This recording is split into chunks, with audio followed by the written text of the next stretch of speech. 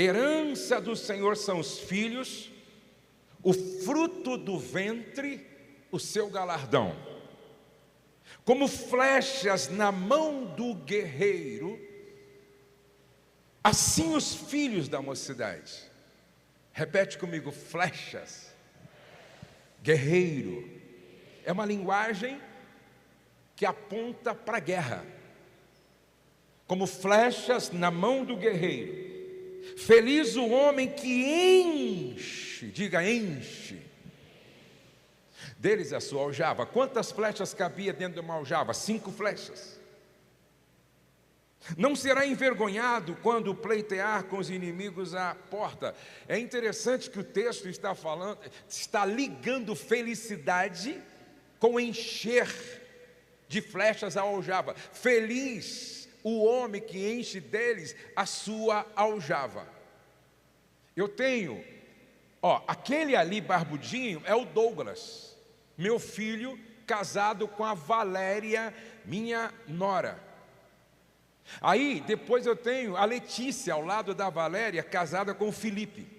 Aí eu tenho 3 netinhos, a Luísa, o Joaquim e o Davi. Eu tenho a minha esposa está ali na minha frente. Depois a Kelly, minha nora, que casou-se com o Pedro. Esse último aqui é o Pedro, que ele é um filho do coração. O Pedro chegou em casa com 24 horas de nascido. Ele foi dado para minha esposa na porta do hospital. Minha esposa ficou sabendo que aquela mãe iria deixar aquele bebê no hospital. E aconteceu um fato muito interessante. Um dia, era final de ano, um dia eu estava em casa numa segunda-feira e eu acordei e comecei a ter uma conversa boa com a minha esposa no final de ano, e eu perguntei para ela assim: o que você quer ganhar de presente de Natal nesse ano? Eu pensei que ela ia dizer: troca meu carro, vamos outra vez para Cancún. Ela disse assim: eu quero aquela criança que está na barriga de tal mulher que a sua mãe me disse que ela vai deixar no hospital. E eu disse: mas como assim? Você não me falou nada. Ela disse, eu disse: por que você quer adotar esta criança? E ela me disse: sabe, Jô, desde o dia em que a sua mãe falou para mim, Deus me fez engravidar desta criança. Eu entro numa loja, só vejo roupa de criança. Eu vou no shopping, só vejo roupa de criança. Eu vou em tal lugar, só vejo mamadeira, chupeta, tudo me remete a esta criança. Meus filhos já estavam crescidos. Eu pensava: agora que os meus filhos estão crescidos, vamos ter mais liberdade. E de repente a minha esposa chega e diz: eu estou psicologicamente, espiritualmente grávida dessa criança. Eu disse: bom, se Deus plantou no seu coração e nós somos um, está plantado no meu coração também. Vai e fala com a médica, nossa amiga. Começa a acompanhar esta mulher com tudo o que for necessário, e essa criança já está adotada. Aí ela falou com a mulher, falou com a médica, e houve todo aquele acompanhamento. E o certo é que naquela época foi possível fazer assim. Ela deu para minha esposa a criança, e depois nós fizemos todo o processo legal com a ajuda do juiz e de outras pessoas lá do fórum da cidade. Hoje já não é mais possível que ser assim. E é interessante que antes que nós adotássemos o Pedro, muitas pessoas chegavam para nós e diziam assim: Josué, eu conheço um casal que adotou, não deu certo. Eu conheço uma família que adotou, não deu certo. Vocês têm certeza? Vocês não vão se arrepender? E eu sempre respondia com uma outra pergunta: Você já viu alguma criança que nasceu fumando maconha? Você já viu alguma criança que nasceu cheirando cocaína? Você já viu alguma criança que nasceu pregando como pastor? O Pedro era uma flecha. Flecha não vinha pronta. O arqueiro tinha que ir lá numa oliveira brava, pegar a madeira. Aí havia um processo de modelagem da flecha. A flecha tinha que ser alinhada, a flecha tinha que ser balanceada, a flecha tinha que ter a ponta afiada.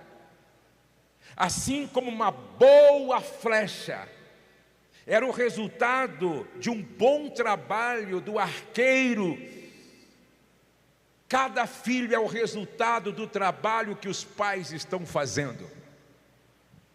Você é o resultado do trabalho dos teus pais. Eu sou o resultado do trabalho dos meus pais. Preste atenção, a nossa casa é uma grande oficina de modelagem de flechas. E esse alinhamento da flecha tem a ver com a formação do caráter dos nossos filhos. O Pedro hoje, ele tem 29 anos de idade. O Pedro hoje é ministro de louvor na igreja que o irmão é pastor. A esposa é ministra de louvor.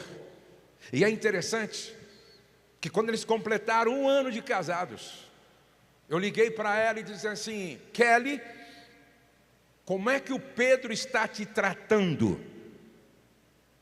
Kelly, o Pedro está sendo um bom marido, porque na minha casa, quem cuida das flechas sou eu. Eu não aceito que um filho meu seja pior do que eu. Preste atenção, eu não eduquei filhos para ser pior do que eu. Eu não eduquei filhos para alcançar menos do que eu. Eles são flechas nas minhas mãos, que sou o guerreiro. E aí preste atenção, eu liguei para ela e fiz essa pergunta quando ela completou 1 ano. E ela é muito assim, ela é muito queridinha, ela fala assim, bem delicadinha, né? E ela disse: oi pastor, tudo bem? Então pastor, que bom, nós estamos completando 1 ano de vida conjugal. E aí eu disse para ela: como é que o Pedro está te tratando? Como é que ele está se comportando? Como é que ele está cuidando de você? Aí ela disse assim: o senhor não acredita, pastor? Nós estamos há 1 ano casados, nunca brigamos. Eu falei: então vem orar por mim, então, que vem orar por mim aqui que eu estou com graça.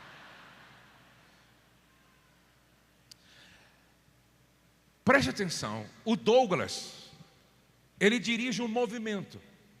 Não sei se todos sabem que Dizscope é um projeto idealizado pelo Douglas há mais de 10 anos atrás. A proposta é: seja uma cópia de Jesus. Agora, preste atenção.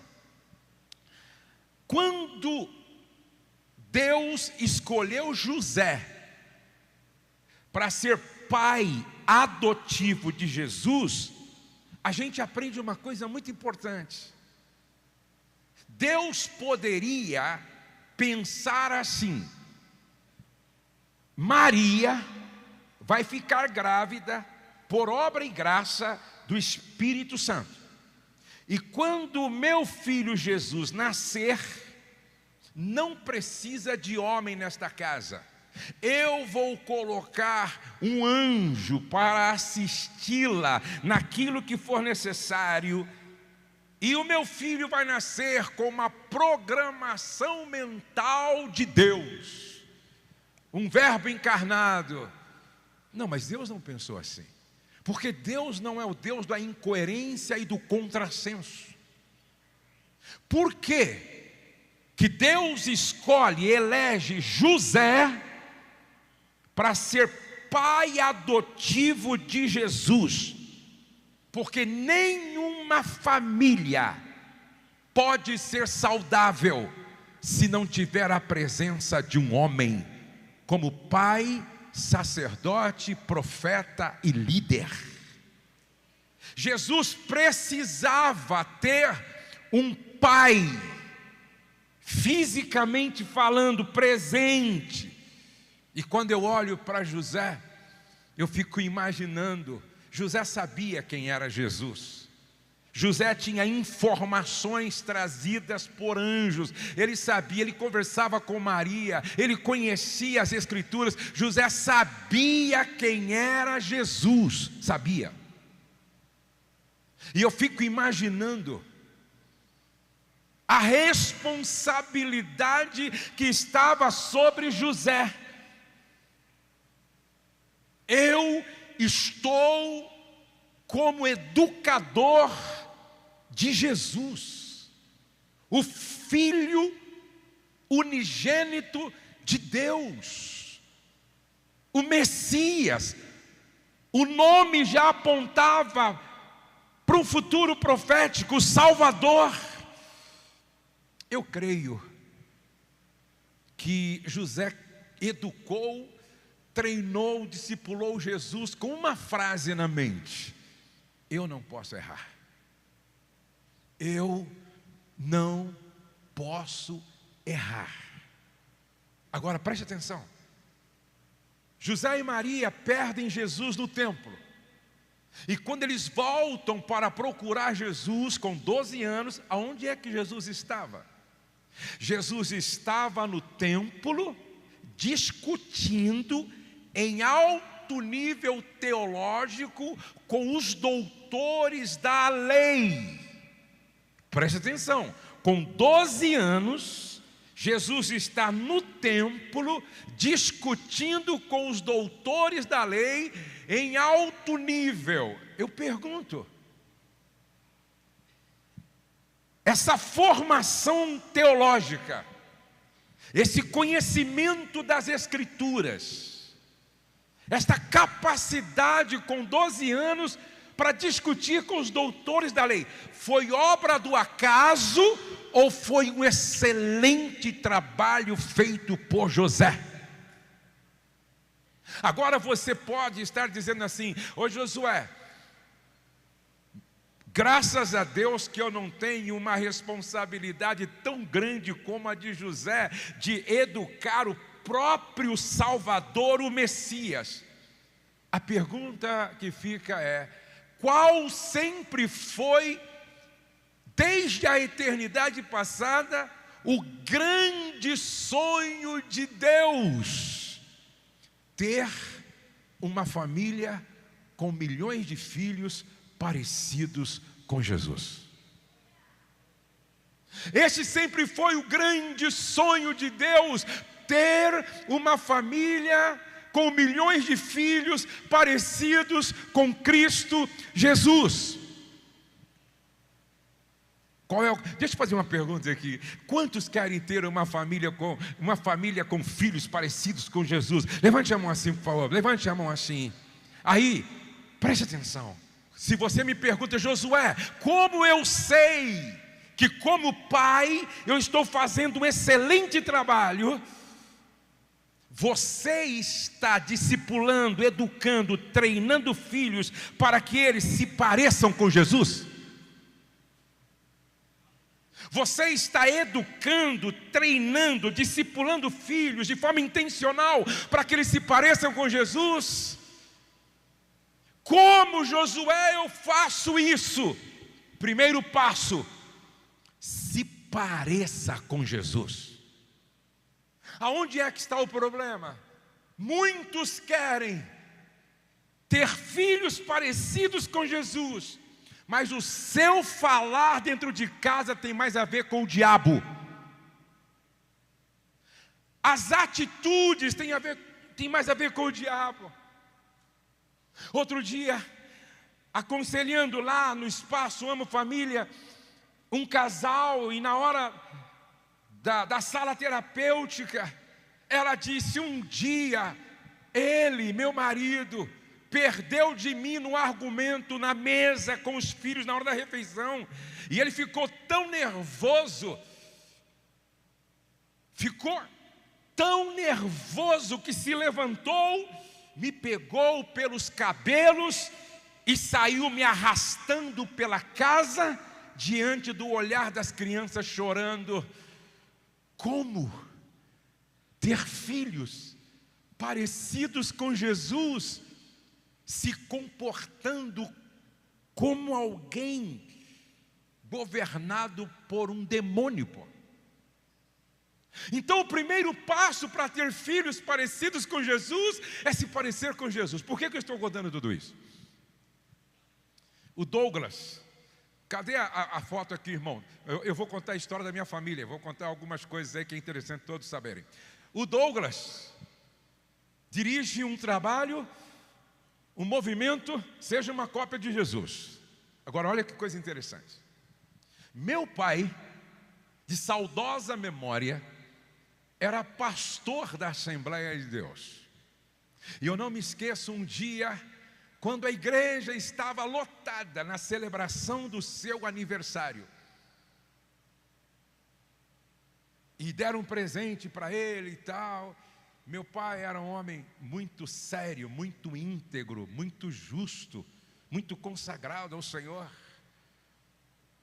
Ele chegou assim na congregação e disse assim: ei, o maior presente que vocês podem me dar é me copiar. Porque eu, como Paulo, estou copiando Jesus.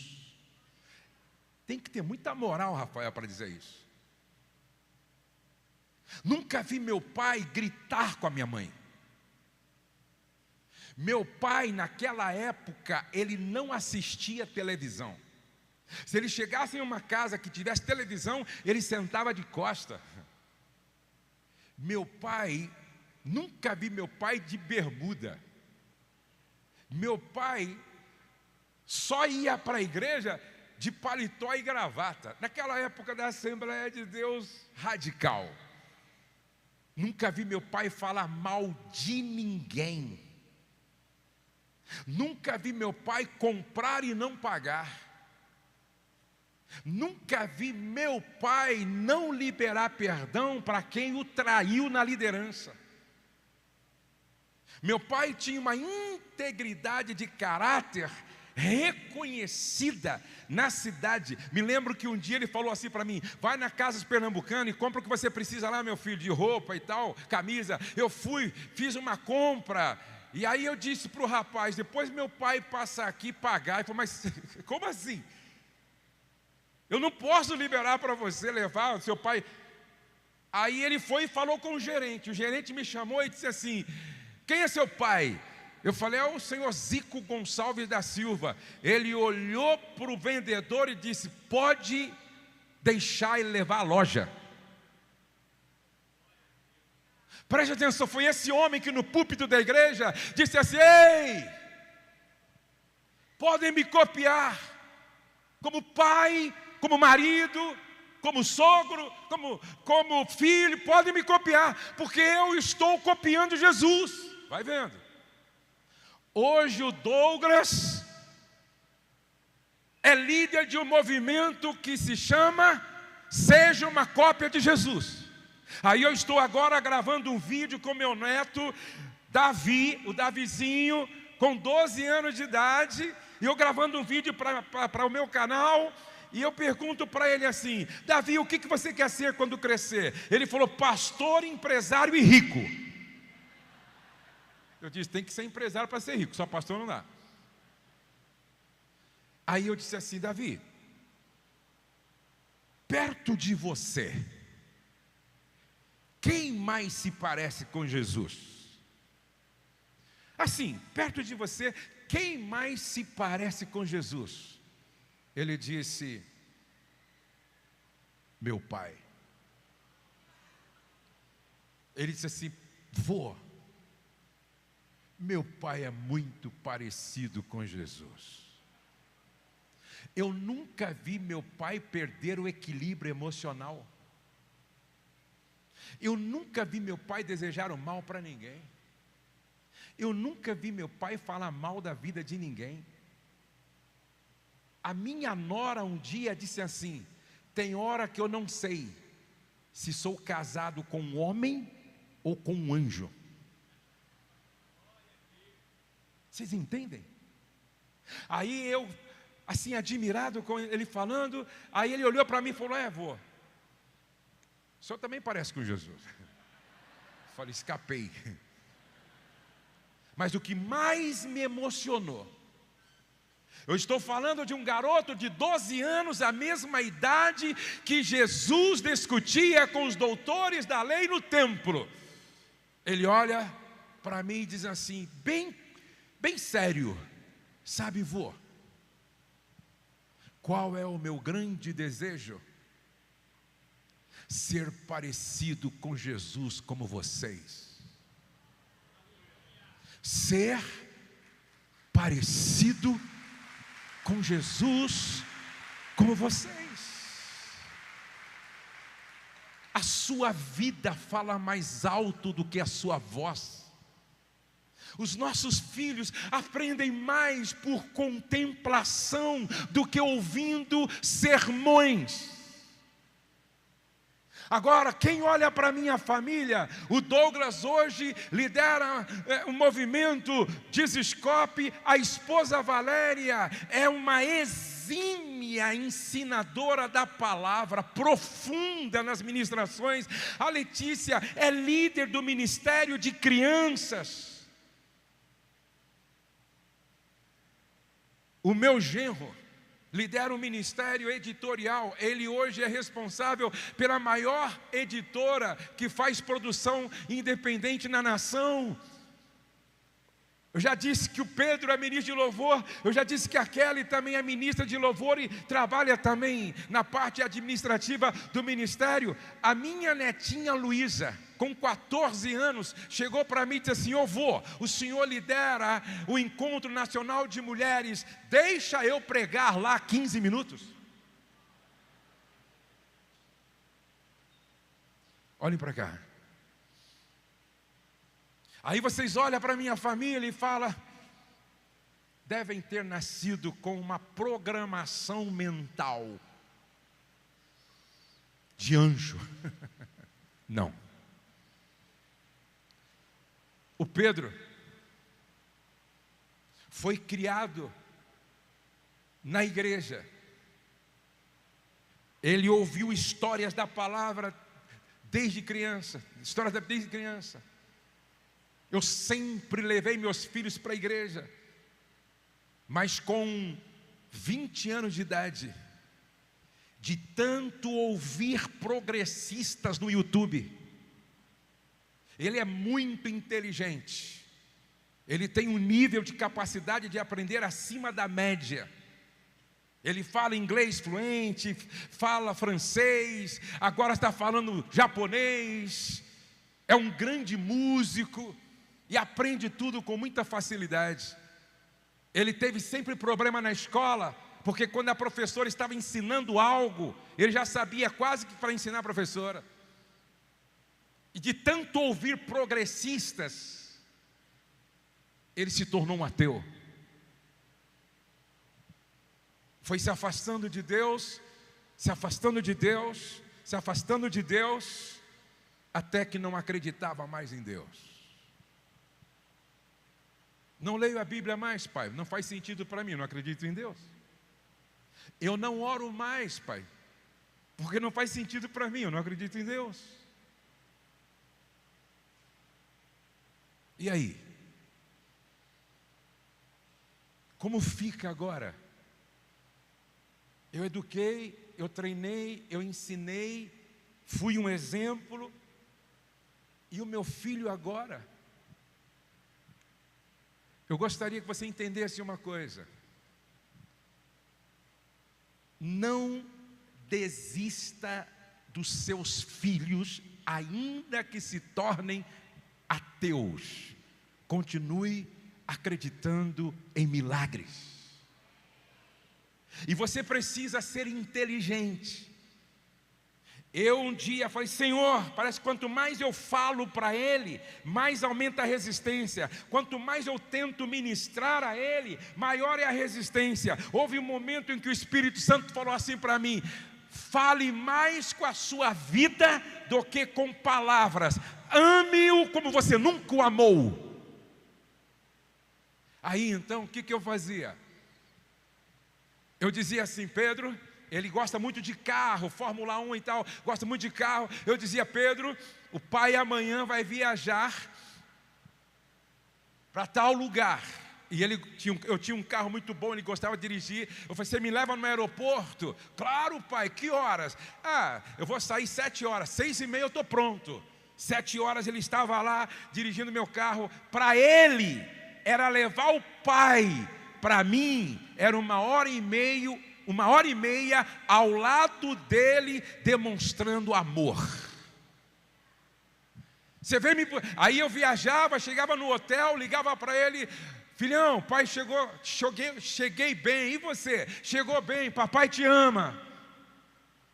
Não esquece de me buscar depois. Ele ia me buscar e a gente vinha conversando sobre outros assuntos e tal. E mesma coisa: obrigado, filhão e tal. Aí, presta atenção, ele trabalhava, e até hoje ele faz ainda, ele é muito bom também na área de vídeo, e produção e foto. Então, olha só, eu pagava ele para tirar foto dos eventos, só para ele ficar exposto à palavra.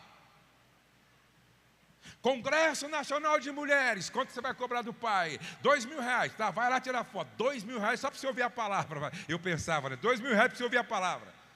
E tinha que ficar tirando foto lá no púlpito, assim, ouvindo a palavra, ouvindo a palavra.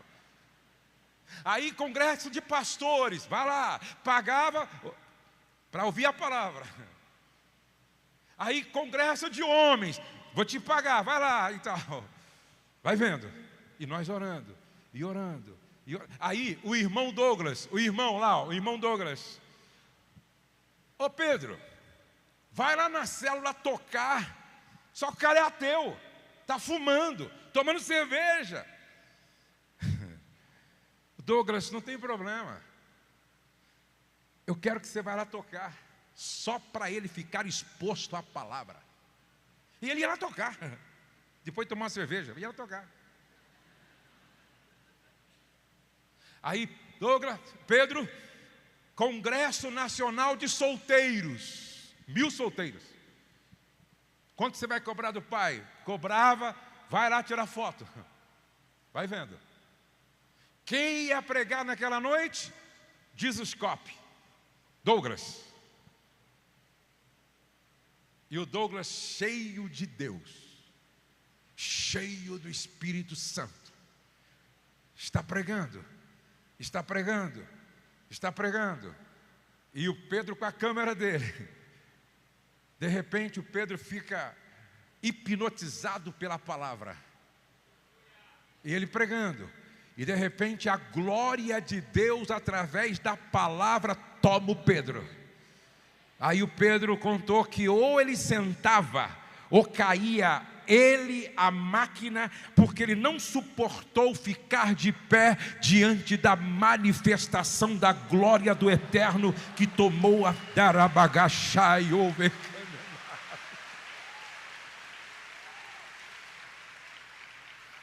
Encerra o congresso no domingo. Na segunda-feira ele faz o que nunca tinha feito. Ele chama eu e a mãe em casa e diz: pai, mãe, eu tenho algo para conversar com vocês. E ele diz assim: primeiro, quero dizer a vocês que eu nunca tive problema com a minha adoção. Eu sempre me senti um filho mais amado do mundo. E segundo, eu quero dizer para vocês que eu voltei para a casa do Pai para nunca mais sair da presença dele.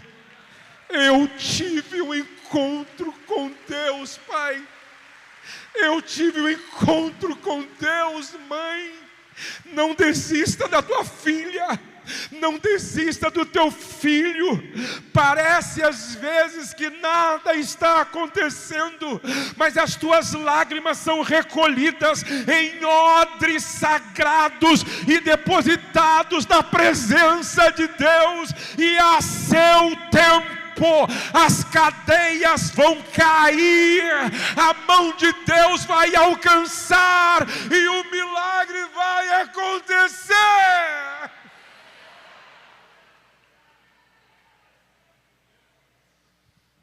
A Letícia, quando ela tinha 17 anos, eu a levava para um cursinho, preparando-a para a faculdade. E ela fez uma viagem com um grupo de alunos da escola. E nesta viagem ela conheceu um rapaz. E esse rapaz apresentou ela para um outro rapaz.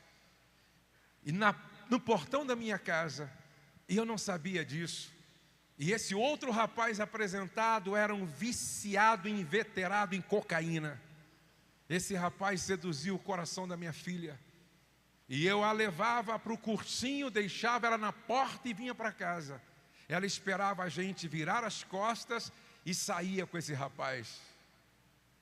Quando eu fiquei sabendo que a minha filha agora estava apaixonada por um viciado assim em cocaína, um drogado conhecido, eu entrei em desespero. Quantas vezes eu ia pregar numa igreja e no hotel eu chorava.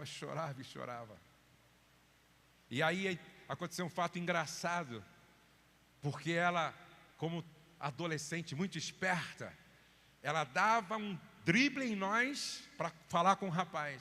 Eu tirei o celular, tirei tudo e tal, mas ela dava um jeito. Emprestava o celular de irmão e tal. Aí eu coloquei um espião no computador dela. Aí ela não sabia. Então, tudo que ela conversava com o rapaz, eu sabia. E o encontro que ela marcava, eu sabia também. E ela pensava, meu pai é profeta. Meu pai está tendo revelação do céu, pô. Como é que ele sabe de tudo? Era um espião que tinha no computador dela. E nós orando. Eu nunca me esqueço, um dia eu peguei a Letícia, tirei de tudo, coloquei ela do meu lado. Eu saía, levava ela, minha esposa saía, levava ela. E um dia, eu indo para o escritório com ela, comecei a chorar. E olhei bem nos olhos dela assim, eu disse, filha, fala para mim, aonde o pai errou? Ela chorando, disse, pai, o senhor não errou em nada. Eu nem sei porque isso está acontecendo comigo. E eu dizia, filha, fala para o pai, aonde é que o pai errou? E ela disse, não, pai, o senhor é o pai que qualquer um gostaria de ter. Eu nem sei porque isso está acontecendo comigo. Eu e a minha esposa, uma rede de amigos, nos juntamos. E eu disse, eu tenho duas alternativas. Ou a minha filha se desvencilha desse rapaz, ou eu vou ter que adotar esse rapaz para investir então tudo o que eu puder para que ele seja liberto, seja transformado. E nós orando, e de repente a minha filha, do mesmo jeito do Pedro, tem um encontro com Deus, e Deus a liberta, a transforma, e levanta ela como uma mulher de Deus na sua casa. Hoje ela é casada com o Felipe, tem um filho maravilhoso, e ela é diretora do nosso ministério, e que só nos dá alegria hoje.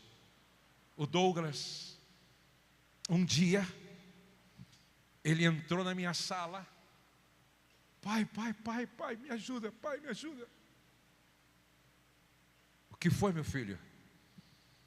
Eu não consigo vencer a pornografia, pai. Eu consigo vencer por 15 dias, tenho problema de novo. Consigo vencer por 15 dias, tenho problema de novo. o melhor amigo do filho precisa ser o pai. A melhor amiga da filha precisa ser a mãe. E amigo é aquele que ouve. Porque ouve, compreende. Porque compreende, é solidário. Amigo é aquele que ouve. Ouve 100% presente, com o coração do filho. E porque ouve de forma empática, compreende. Filho, na adolescência eu passei por aí também. Na juventude eu passei por aí. Então, eu me identifico com a sua dor, com a sua tentação. Será que não é isso que está faltando hoje na paternidade de muitos? Deixa eu fazer algumas perguntas para todos aqui. Seu pai te ouvia? Seu pai te compreendia? Seu pai era solidário? Seu pai inspirava confiança?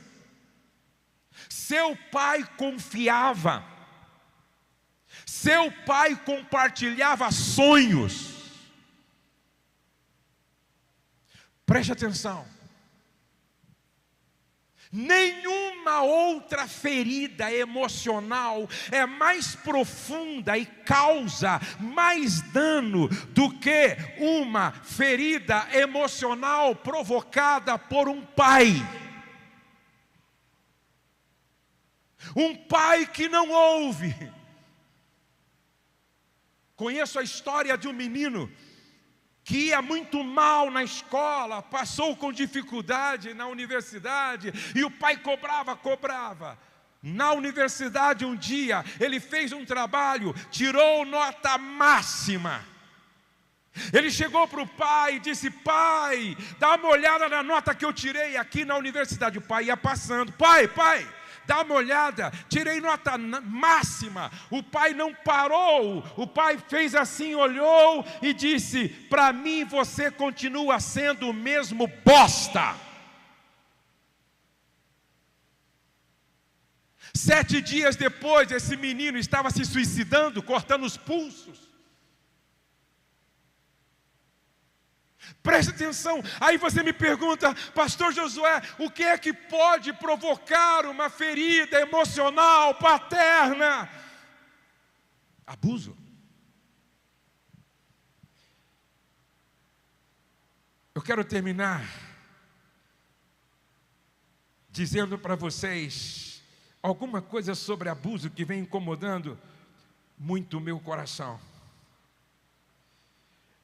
O Douglas, quando abre o coração para mim, eu ouço, compreendo, sou solidário e digo: o cordão de 3 dobras não se quebra com facilidade. Eu vou te ajudar e juntos nós vamos vencer este gigante chamado pornografia. É interessante que outro dia, conversando com ele, ele me disse: pai, sabe quando eu abri, há muitos anos atrás, o coração para você, falando daquele meu drama? Eu disse: eu lembro. Ele disse: depois que eu trouxe à luz, aquele que confessa e deixa, aquele que confessa e deixa alcança misericórdia, mas o que encobre as suas transgressões nunca prosperará. Ele disse: depois que eu trouxe à luz e fui ajudado por vocês, nunca mais isso me consumiu. Nunca mais eu acessei isso. Agora preste atenção. O dia em que minha filha chegou para mim com 14 anos e disse: pai, estou amando. 14 anos, estou amando. Quem, minha filha? O branco. Era um jovem da nossa igreja, era pastor da igreja, o jovem da nossa igreja. Se eu conheço alguns pais, eu não tenho tempo para ouvir essa bobagem. Não é tempo para namorar e você vai orar, estudar que você ganha mais. Dá licença. Escute, a maneira como eu respondo às demandas dos meus filhos pode provocar uma ferida emocional paterna. Um abuso emocional. Silêncios, rejeição, humilhações e ausência afetiva. Nem todo abuso tem gritos, às vezes ele parece como frieza constante, indiferença, sarcasmo, comparações. Quais são os efeitos disso? Culpa tóxica, ansiedade, dificuldade de se sentir amada, medo de abandono, relações instáveis, abuso físico. Quando a disciplina se transforma em violência. Uma mãe bateu tanto a cabeça da filha na parede, na hora do descontrole, que a menina passou a ter problemas na cabeça. Um pai na igreja puxou com tanta violência a orelha do filho, que ela descolou da cabeça. Tapas no rosto. Um dia, conversando com um pastor de 80 anos, Josué, você falando sobre isso, eu me lembrei de uma história. Um dia eu estava orando e o Espírito Santo falou assim para mim: vai até o teu filho e pede perdão para ele, porque ele tem uma ferida emocional de 45 anos. Porque quando o filho tinha 5, 6 anos de idade, o presbítero trouxe uma situação que, segundo o presbítero, tinha acontecido em relação ao seu filho. E aí o filho pequeno, de 6 anos de idade, desse pastor, disse: pai, não fui eu. E ele dizia: não desminta, não questione o presbítero, ele é homem de Deus, ele está falando a verdade. De novo o menino disse: pai, não fui eu. Quando ele disse pela segunda vez, o pastor deu um tapa no rosto do menino assim, ó, deu um tapa: não desminta o presbítero. Uma lágrima grossa rolou no rosto do filho. 40 anos, 45 anos depois, Deus fala com esse pai dizendo: vai lá, pede perdão ao seu filho que já é avô, porque há uma ferida no coração dele de 45 anos. Agressões com cintos, fio de ferro, vara de pescar, empurrões, sacudidas violentas, castigos que causam dor excessiva. Quais são as implicações disso? Abuso sexual. O silêncio que destrói a infância. E o mais traumático, porque carrega culpabilização da criança, manipulação, vergonha, silêncio familiar. Isso inclui toque indevido, até exposição de pornografia, insinuações, aproximações justificadas como brincadeiras ou coerção emocional. E quais são as consequências disso? Depressão, dissociação, medo de proximidade, sexualidade desregulada, traumas profundos, culpa injusta, abuso espiritual. Quando a fé é usada como arma psicológica, nunca diga, por favor, a uma criança: Deus vai te castigar. Se fizer de novo, Deus vai te mandar para o inferno.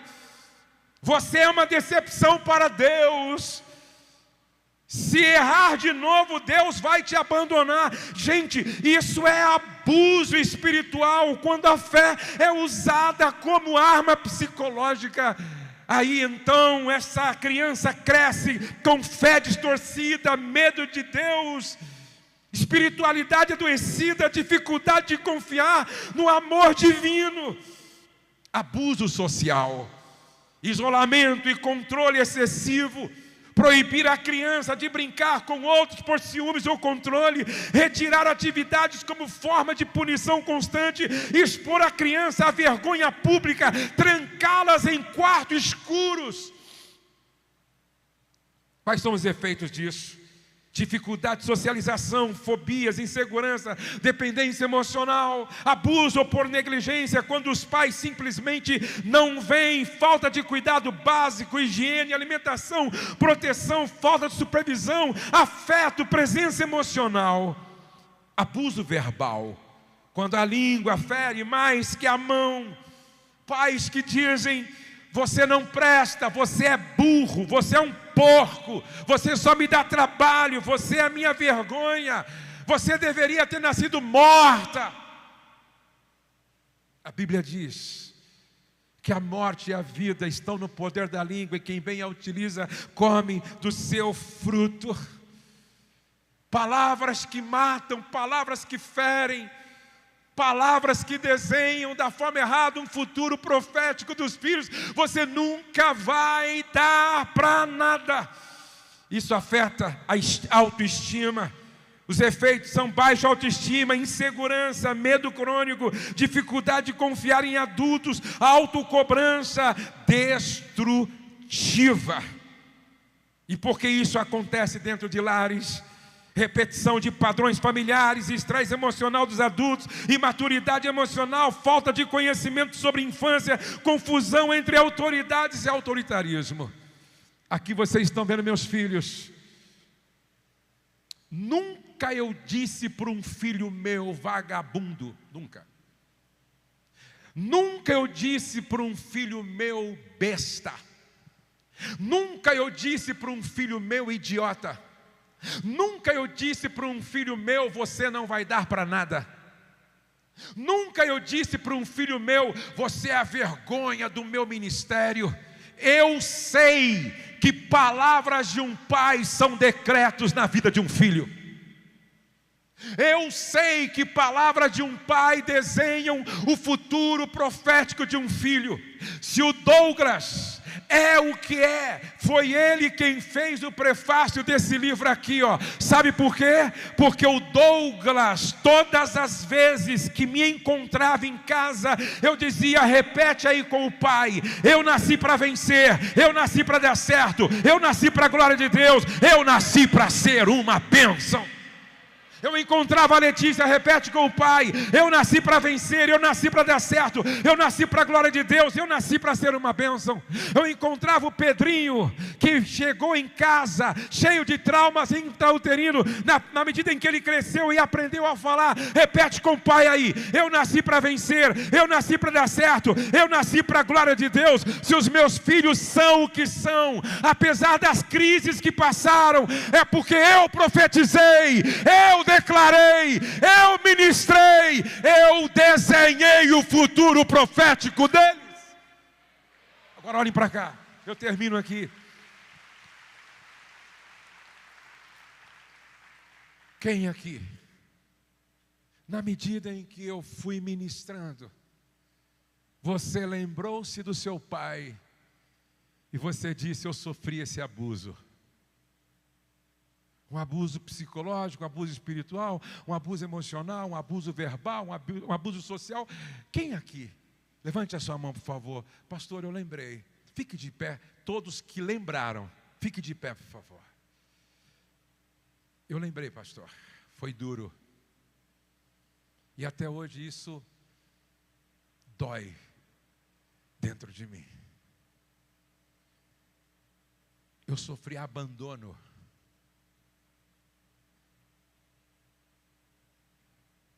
Uma mulher disse assim: pastor, meu pai era muito duro. Eu gostava de sal no limão. E aí meu irmão também. Um dia meu pai pegou eu colocando sal no limão do meu irmão. Ele disse assim para mim: ah, você gosta de sal, né? Me colocou sentada numa cadeira, e ele era muito ruim. Ele encheu o prato de sal e falou: agora você vai comer todo este sal, senão eu vou te arrebentar no meio. E ele ao lado, E eu comendo, até desmaiar. Fui levado para o hospital, fiquei com problemas no estômago. Hoje ele seria preso. E ela agora com 62 anos fala disso com os olhos cheios de lágrima. Um outro pai, porque o filho, numa brincadeira, deixou cair o sapato dele no esgoto.